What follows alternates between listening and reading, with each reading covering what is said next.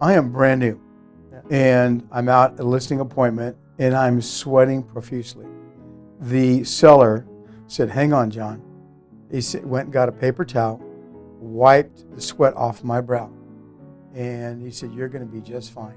When he said that, that gave me just a little bit of confidence, and then the confidence kept growing. And after about the third or fourth sale, I thought, I can do this, and I can do it well.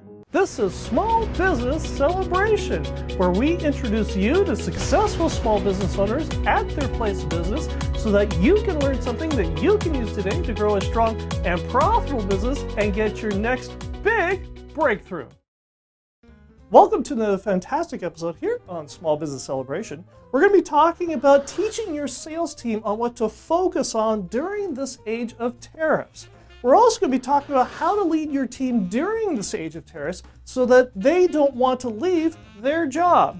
And to guide us through all this is our guest, John Busby, the owner of Team Busby Real Estate. Welcome to Small Business Celebration. How are you doing? Great. And for Visioneers who don't know who are you and what is it that you do? John Busby, broker associate with Miramar International, owner of Team Busby. Now, Visioneers, if you're an eagle-eyed Visioneer, John has been on before, and this is going to be a great conversation because it's a slight extension of what we did last time. But for Visioneers who are not familiar with who you are, you've been in real estate for 12, 13 years? 35 years. 35 years. And in that time, real estate's changed a little bit. It's changed a lot. It has, yeah. What brought you to Bakersfield? I came to Bakersfield in 1970. I went to Harvard High, and Right. then started at BC, and later transferred and went to Cal State Long Beach. What brought you back to Bakersfield? My brother was opening up a furniture store and needed help, and my mom's the one that talked me into coming back because I said I was never going to come back. Well, that happens all the time. Oh, it does. I'm never coming back to Bakersfield. My son Jonathan Yeah. said he's not ever coming back. He's back. He's on the real estate team.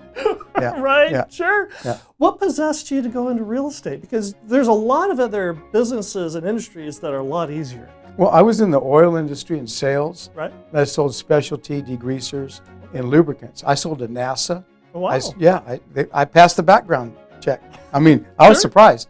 And then I sold If they only knew. I sold to dairies, schools throughout Southern California, and it was just too much. So I got into lending. A friend of mine, Kenny Harmer, Right. got me into lending in 1986, and for almost 5 years I was a loan officer. Did well, but it's not really what I wanted to do. I'm a country boy, Right. and I didn't want to be in an office, and so I got into real estate sales. And so many people say you'll never make it. The top producers, they'll clean your clock. You just won't be able to make it. Right. And I thought, well, I'm half Okie, half Basque, and I've got a lot of work ethic. I'm determined, and it grew. And there was some really tough times, but made it. And Team Busby's done very well. What was your first real estate deal that told you, I can do this? I am brand new, Yeah. and I'm out at a listing appointment, and I'm sweating profusely. The seller said, "Hang on, John." He went and got a paper towel, wiped the sweat off my brow, and he said, "You're going to be just fine." When he said that, that gave me just a little bit of confidence, and then the confidence kept growing. And after about the third or fourth sale, I thought, I can do this, and I can do it well. But I've always pushed myself. In anything I've ever done, I've always pushed myself. Doing real estate, it's a lot of hours. It's a lot of shoe leather on the pavement. And getting that ball rolling, that is the part that kills the careers of most real estate agents. It's true. The fear of failure. How did you get that cycle going and was able to keep, not just get the pipeline filled, but keep it maintained year after year after year? I had a 4-year-old and I had a 6-year-old and my wife. They motivated me. They really, truly, I have to say. And my wife stood behind me. When you have somebody that stands behind you, you've heard every successful man, there's a woman behind them. Right. It's true. And I give her a lot of credit. She stood behind me when it got really tough. 2008 and 2009. It was a tough, tough time. Because the whole real estate market crashed. Everybody. And so rather than take the team and decrease the team, I took monies out of a rental that we own to supplement and keep everybody together. And it paid off. I've got members that have been with me over 25 years. You mentioned earlier that your son Jonathan left Bakersfield, and now that he's coming back, and he's a real estate agent. Yes. This is very unusual because, like me, most people don't do what their parents did because they've seen all the horrors and listened to the dinner table, and they say, I don't want to do that. Absolutely not. And yet, your son Jonathan went down to Los Angeles, and he became a real estate agent down there? Well, he sold for me for 1 year. Okay. Then he went down to Southern California.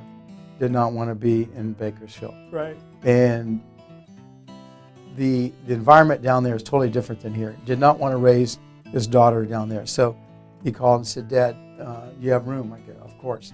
And eventually Jonathan will take over. But like I mentioned to you earlier, I'm half Okie, half Basque. Right. And I have to work. I'm going to continue. What I want to do is do less percentage of the business and Jonathan do more. And he's very, very good, I have to say. And he made the comment to me, he said, I learned more from you in 6 months when I came back than I did down there in 12 years. Because he worked for a boutique shop, and they weren't going to train him. They weren't going to teach him because they're going to teach him to be more competitive. They weren't going to do that. And so he came back, and he's done very well. Very, very proud of Jonathan. Training your children to take over the business is not something that happens overnight. No. He's with me so much of the time that he sees how objections can be handled and what you can do for a person.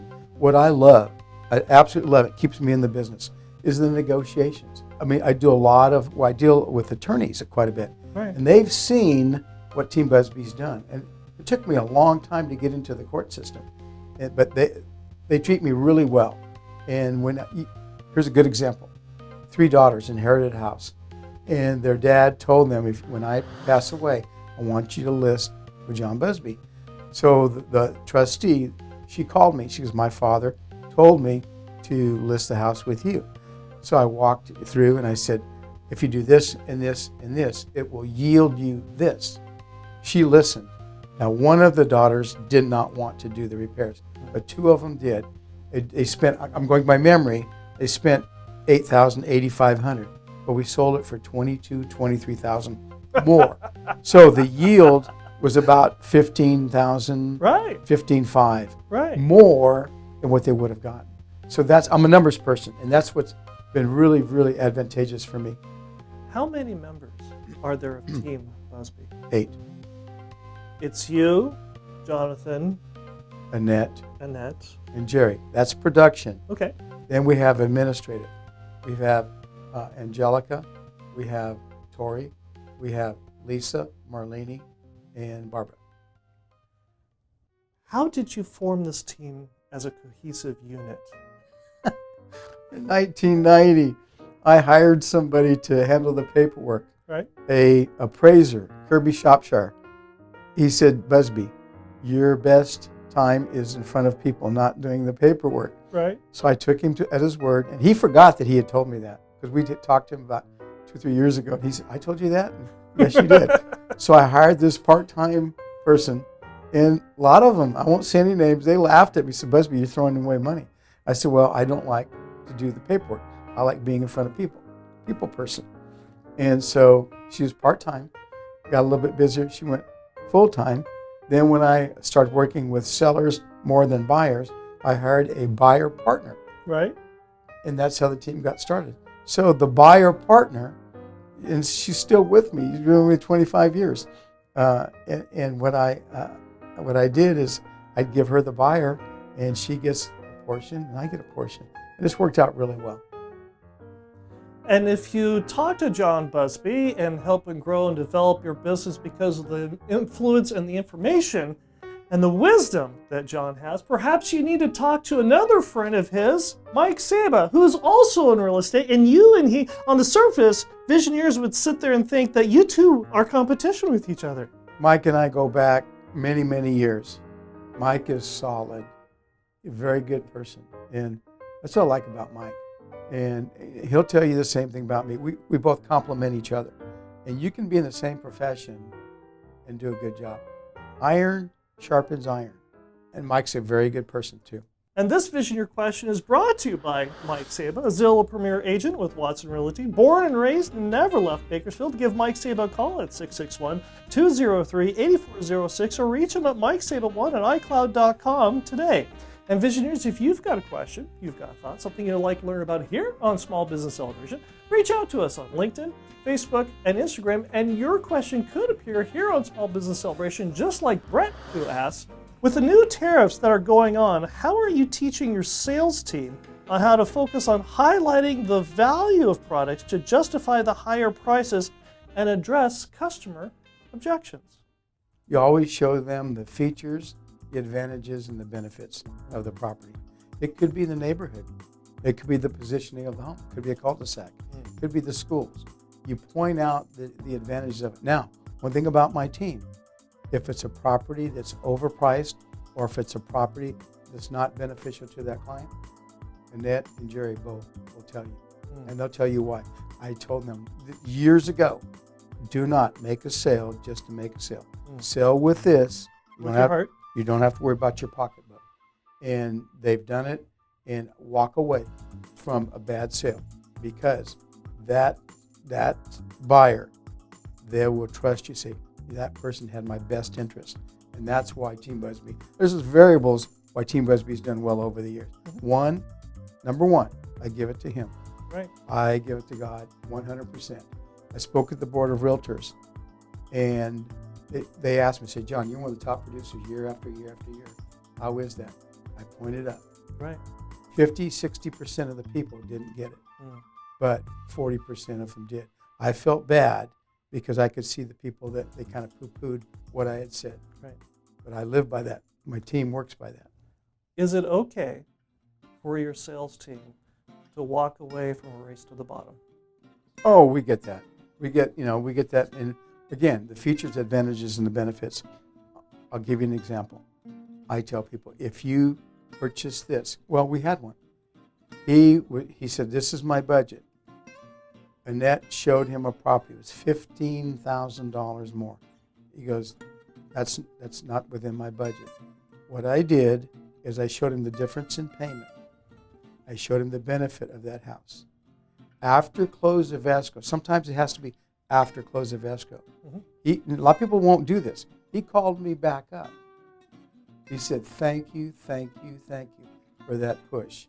Because what happened, over time, that house appreciated more rapidly than the house that he was going to look at a lower price. So there's a lot of variables to it. That's why I asked the public, give us a call, 410-SELL, SEL. It's real easy. Give us a call, and we will educate you, and then you choose who you want to work with. You enjoy motorcycles. Very much. What does the riding and the joy of motorcycles help you with real estate? Competition. I used to drag race them. Yeah. And I was very competitive. I raced guys that I really had no business beating. I end up beating them. I was so determined. You're the David to their Goliath. I learned a lot. And so I carry that personality and that desire into real estate. I've been blessed to do what I do. I enjoy it. I enjoy what I do. And that's the thing I tell people all the time. Do what you love doing. And I don't care. I told my son, if you shovel manure, do it well. If you like, do it well. Whatever that you do it well. Because when you do it well, people will say, hey, go call that guy. And that's been a lot of our success. And that brings us to the Visioneer Game. Now, Visioneers, if you're not familiar with the way the game works, I have a random word generator here on my phone. I have no idea which each word that's generated creates is, but more importantly, neither does our guest. And our guest has to take each of 3 words that I give him and somehow associate each word with his business. Now, John, you do realize that the fate of the entire real estate industry is based on your ability to get these 3 words correct. Are you ready? Okay. All right. Your first word is force. You have to be a force. You have to be, and we're a force in the industry. And it's because of the successes, because of the mistakes, and it gives you the confidence. And when it gives you the confidence, then you do better. And again, I've always believed that Team Busby has been a force in Kern County real estate. Well done. That's 1 for 1. You've got this. Now, our second word is swell. Honestly, I'm a positive person. And I've had people that say, you're always positive. Well, okay, I'm not going to take that time to be negative? No. So when I go in, first thing out of my mouth, and it's 8:01 a.m. You guys having fun yet? You make things swell. You make them happy. And I don't want to work in an environment where it's negative. I'll walk away. Well, John, that is a swell answer for number 2. That's well done, you. Swell idea. Huh? Yeah. Okay, and our third word is exceed. That's an easy one for me. I always want to exceed the expectations. Always. I mean, since I was a little kid. When I do something, I'm tough on myself. And I'm not tough on them, but my expectations for them, we need to do this and this and this. And we exceed. Love that word. And thank you for bringing it up because my son Jonathan, I said, Jonathan, we're going to do this, we're going to do this, we're going to do this. How do you know? I said, that's the plan. We're going to do it. And you put blinders on. I spoke at the board of realtors. I said, when you get into real estate, you put blinders on like a racehorse. You go straight forward.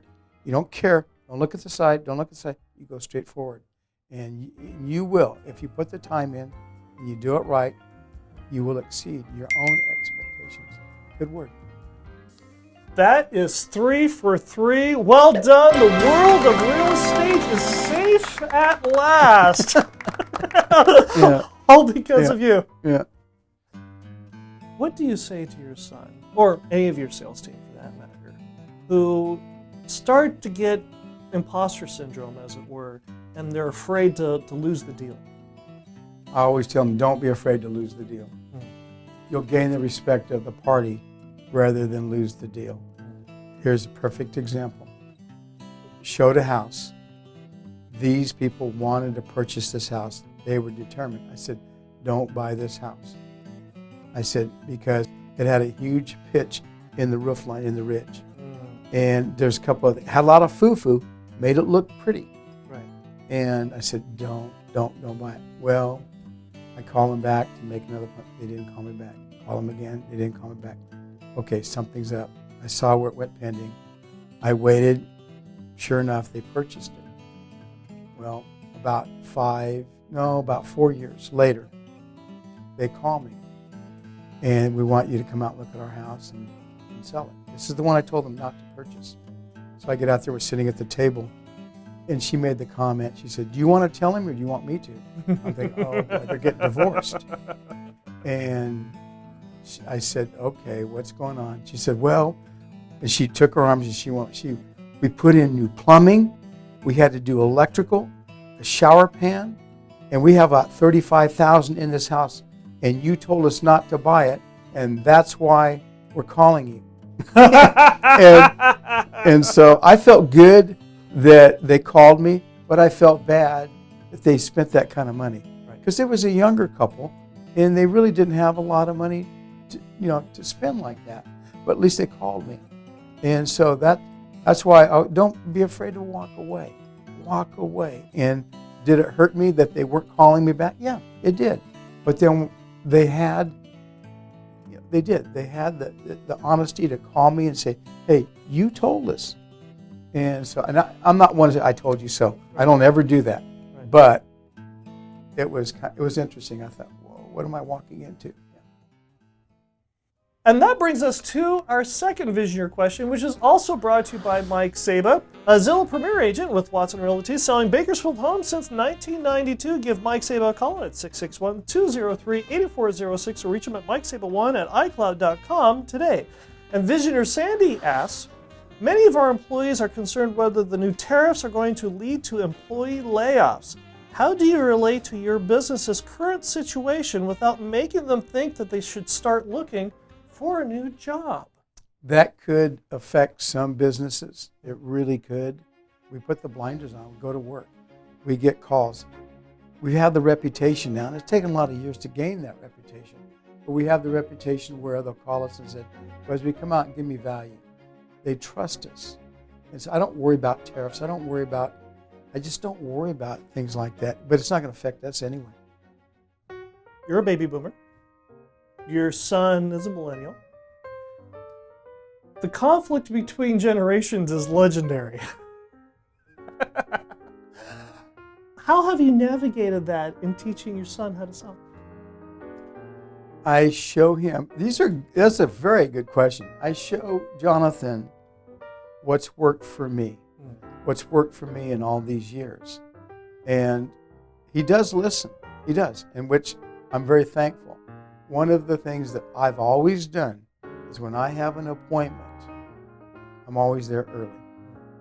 And one of my first listings, gentleman was elderly. And he called and said, I'm interviewing 5 agents. I said, okay, can I be the last one? He said, sure. So I knock on the door. He opens the door. He says, you got the listing. And I go, can I show you what he said, I don't care. This agent was 9 minutes late. This agent was 17 minutes late. This one was 32 minutes late. This one was 5 minutes late. You were 10 minutes early. You got the listing. So I instill different behaviors that the baby boomers have, that the millennials, some of them, overlook.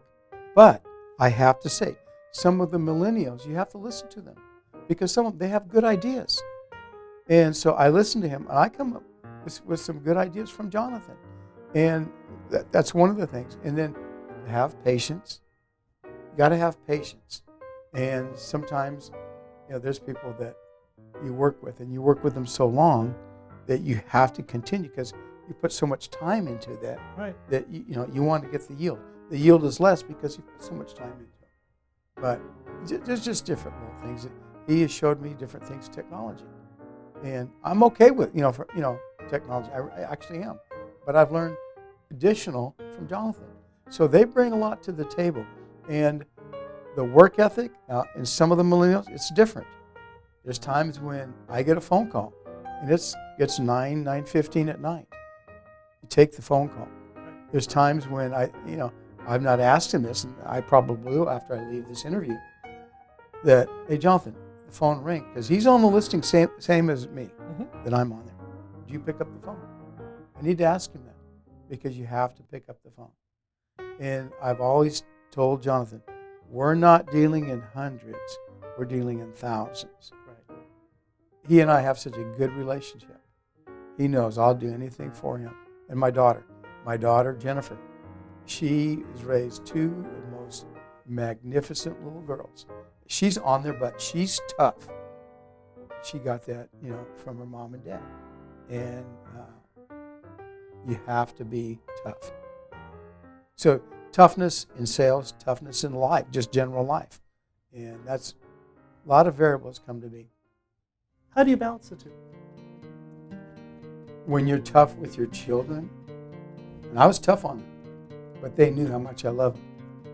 They knew that what I was doing was for their benefit.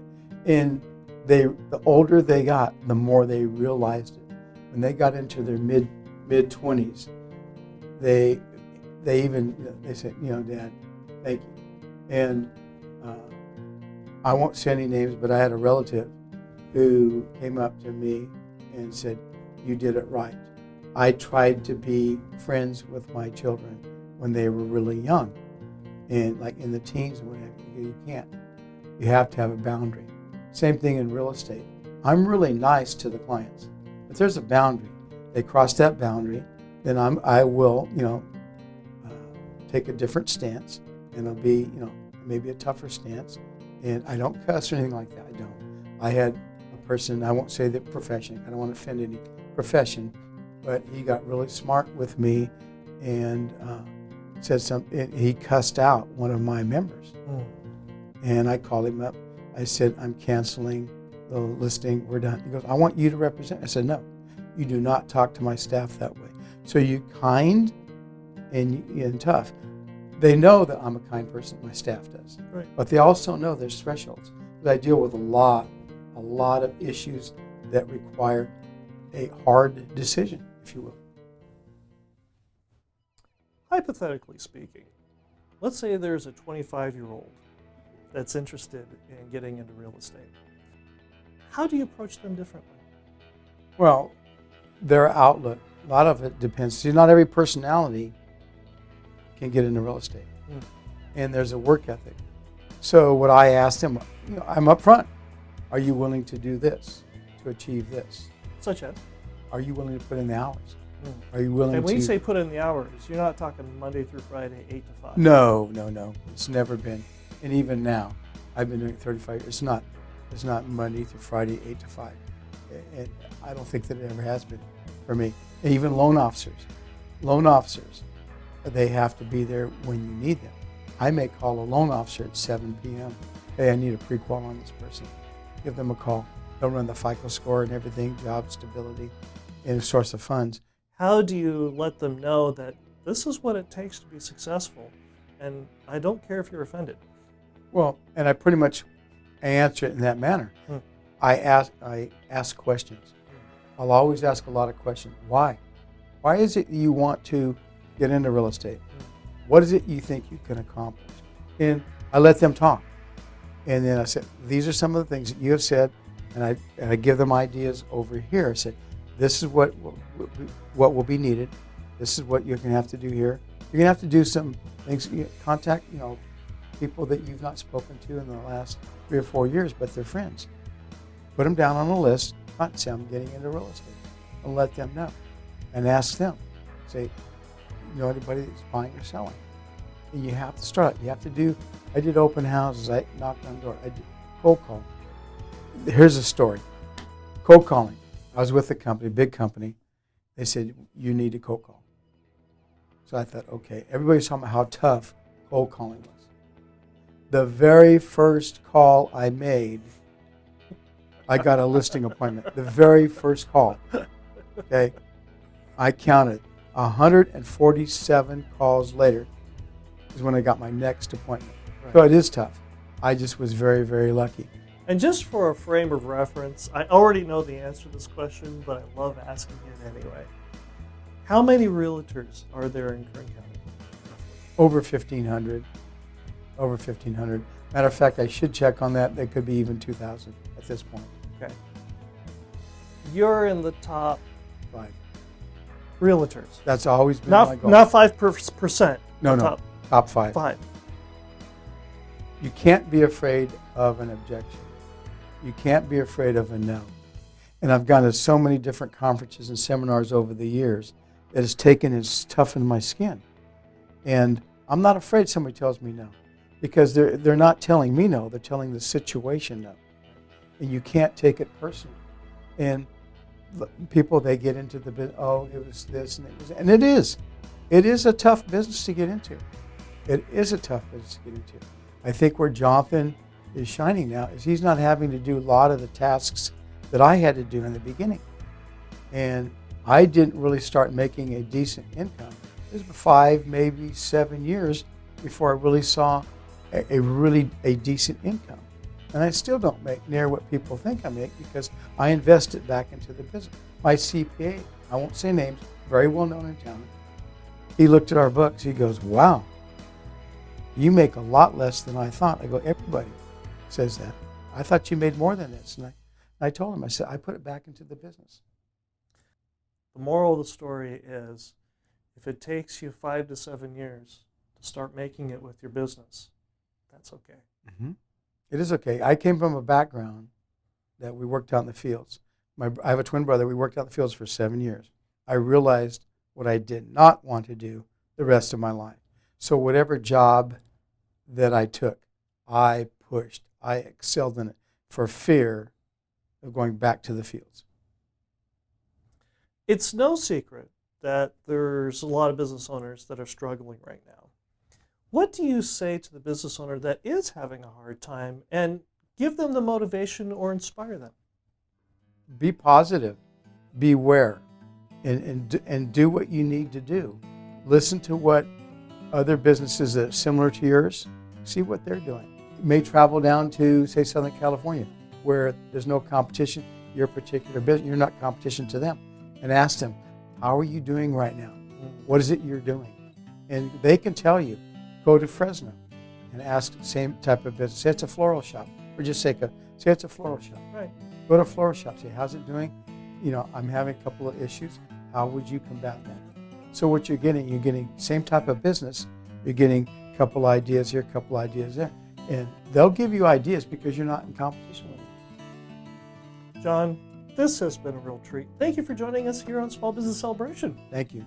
And if Visioneers want to get in touch with you, how do they do that? It's real simple. I kept it simple. 661, obviously, 410, like the shotgun, and cell, SELL. You can be in Egypt. You remember 410 cell, 661, but 410 cell, you can reach us. Website? Website, John Busby at teambusby.com. It's John, Jon, there's no H.